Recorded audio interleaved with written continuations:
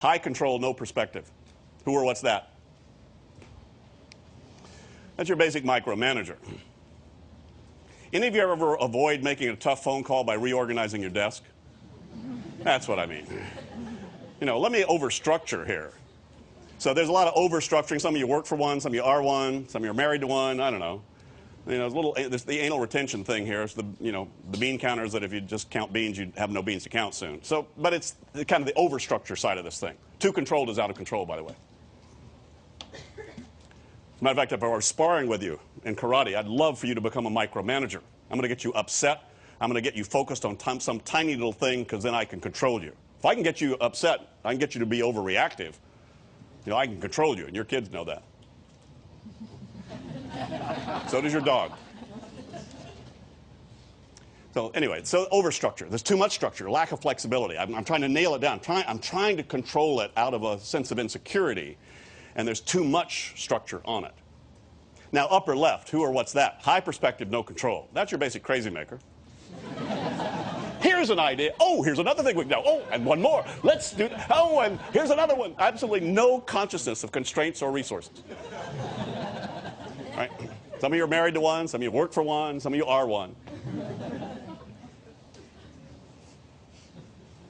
One of the reasons a lot of people don't want to take a GTD class is because they're crazy makers that don't want to be a micromanager. They think this is about getting organized. Ooh, don't fence me in. Dude, look at all those lists. Ooh. Because they're afraid of that. Understand? I wouldn't want it either. There is an upper right quadrant, folks. Who or what's that? Mr. and Commander. You get Russell Crowe as our spokesperson, don't you think? They're eye on the prize, but they'll clean a toilet if required. They can shift their horizon absolutely where it needs to be. Come on, any of you ever worked for a boss, you haven't seen him for 2 weeks, and they walk in one day and walk over to the one thing that screwed up? Because they got it in their gut. Somehow that ability to walk that interesting line between structure and freedom, staying where I want to go, to be able to get there most elegantly. So how could I make sure, and come on, we fall off this, I fall off regularly, come on. Many times I find myself here, many times I find myself here, many times I find myself here because I was here and here. No, really.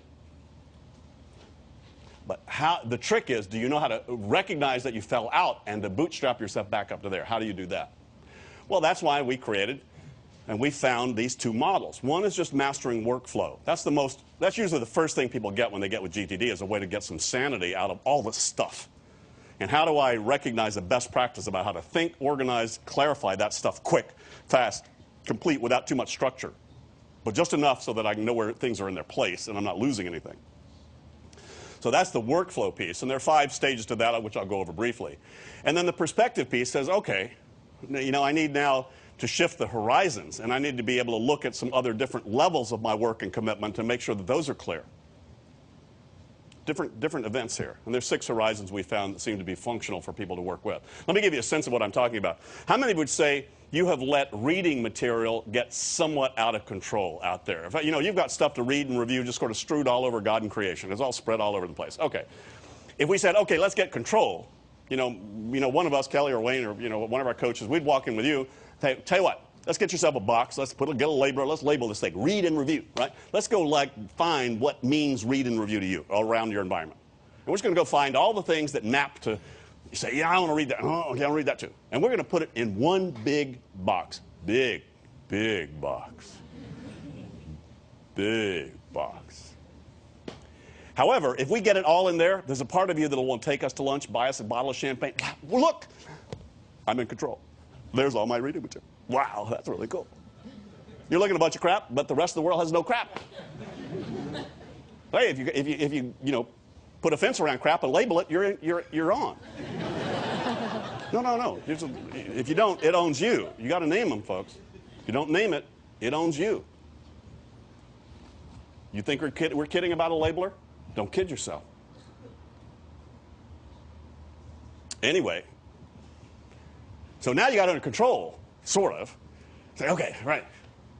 And then we say, okay, now let's go to the perspective side of the thing. Should we go through all that stuff and ask yourself, what should you be reading in there?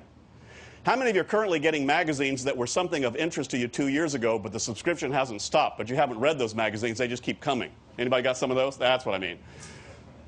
Which subscriptions do you need to cancel right now, by the way, and which new magazines do you need to subscribe to? Now we're into perspective. So first of all, though, but if I walked in with a perspective conversation and said, hi, let's talk about what you should be reading and not, you're going, so guess which order we do this in? You've got to get control first. Now, the truth is, if you don't decide which magazines you really should be reading, it'll get out of control again. So these things are very closely tied together. If you lose perspective, you'll also lose control. And if you get out of control, it's impossible to have the right perspective. So there's a high correlation between these two events. If you are going to get control, and this is our 5 stages. If you read my book, this is chapter 2, and there it'll actually part 2 walks you through our coaching process. First thing you got to do is you have to collect anything that has potential meaning to you. That means, you need to grab all the would, could, should, need tos, might want us. That'd be cool. Oh, yeah, might want us. Anything that has life to it longer than the thought itself. Anything that doesn't belong permanently on your desk and in your desk represents something that needs to be done or changed or done something about. We grab all those things. So the first thing we do is just physically collect the environment, stuff that you still need to decide meaning about. If I go back to your desk right now, we'd look through your workstation. Anything that's not supplies, reference material, decoration, or equipment represents some commitment you've made to make something different, because those are the only 4 things that belong where they are the way they are. Everything else is in process. So we want to grab all the in-process stuff. Most people have no idea how many commitments they've made. And our first process is actually to start to identify what all of those are. Guess how long it takes us, typically, for the mid to senior level professionals that we coach with this material? Guess how long it takes just to have them, oh yeah, I gotta, oh yeah, oh that reminds me. Guess how long it takes to get the complete dump out of their head? 1 to 6 hours.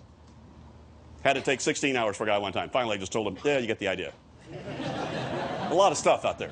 Now, once you gather it all together, that's one thing. But then this next thing you got to do is you got to then clarify what those things mean. See, all kinds of people make all kinds of lists, but they don't clarify what they need to do about what's on that list. And unless you do that, that list will actually create a lot more fatigue. Most people don't want to look in their planners or their lists or their email because there's decisions about actions they have not made about it, and all it does is remind them that there are decisions they haven't made and how tired they are because they don't have the energy to think and decide. Most people's existential experience with their planners and their organizing tools is fatigue, simply because they don't clarify what's in there. You have anything that looks like a to-do list, 99% of every to-do list I've ever seen when I sat down to work with somebody is nothing but an incomplete list of still very unclear stuff. And by the way, every single email, every single thing in any one of your categories or your folders is either attracting or repulsing you psychologically every time you look at it. Sorry, there's no neutral territory. You're going, ooh, when can I mark that off? Get out of my face! Because they're still thinking about you haven't finished yet. Now, I'm not talking about any of you, but people you know. Once you process it, oh, that email, I got to call Bill about that thing. Okay, now you've collected something, you've now processed it, call Bill, but if you don't call Bill right then, you better organize a reminder to call Bill, otherwise it crawls back up into your head again. And you better organize it in some place you trust you'll see at the right time when you have time and a phone. If you don't, your brain's still reminding you that you need to call Bill. Which then you must review all of that stuff. Once you've done that, you need to keep it alive and keep it current. You need to be using the system to keep your brain relaxed. See, I need to constantly be checking in with my system so I trust that it's current. Otherwise, my mind has to take that job back. I want my mind to be free, to be fully here, not there. But in order to do that, I have to care and feed the system. I have to keep coming back to it. I have to keep reviewing. I have to keep looking at the right thing at the right time.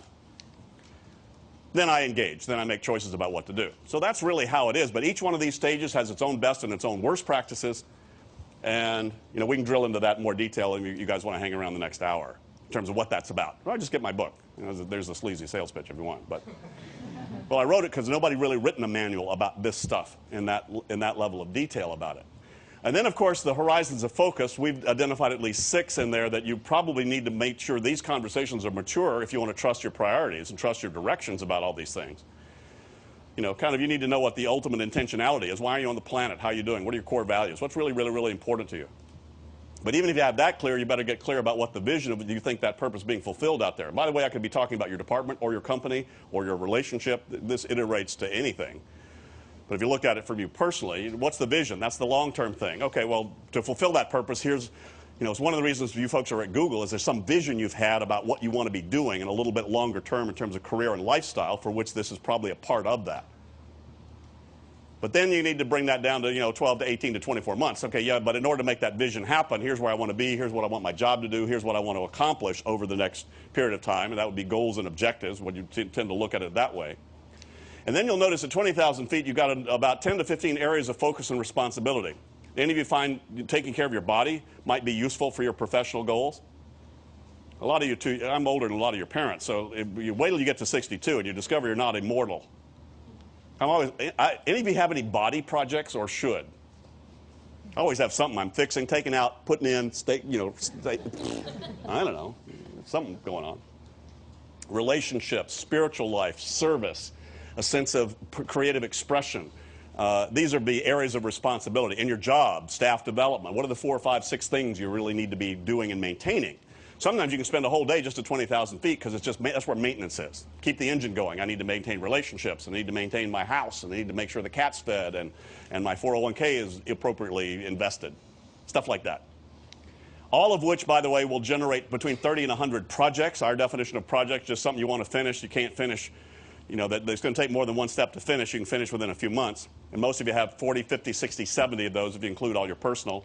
Which then comes down to about 150 to 220 next actions right now if you were to actually clarify your agreements and commitments with yourself at all these different levels appropriately.